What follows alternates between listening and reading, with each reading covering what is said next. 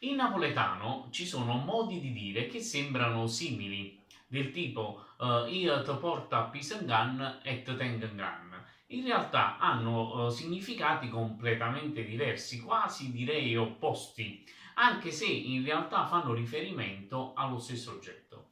Per esempio, te porta a Pisangan è un modo di dire napoletano per identificare una persona a cui si vuole bene, una persona che riteniamo appunto una persona speciale, una persona preziosa per noi. Infatti si fa riferimento alle collane che di solito hanno pietre preziose come pendenti e appunto il termine te porta a Pisangan significa tu per me sei come quella pietra preziosa, quindi sei speciale.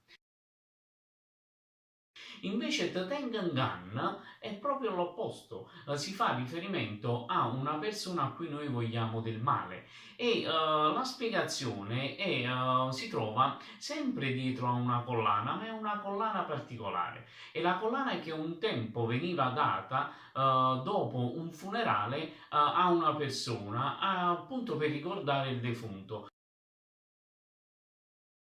Quindi nel momento in cui ti dico Ita Tengan, significa che io voglio che tu sia il soggetto, il protagonista di questa collana, ovvero il defunto. Quindi io voglio che tu muoia.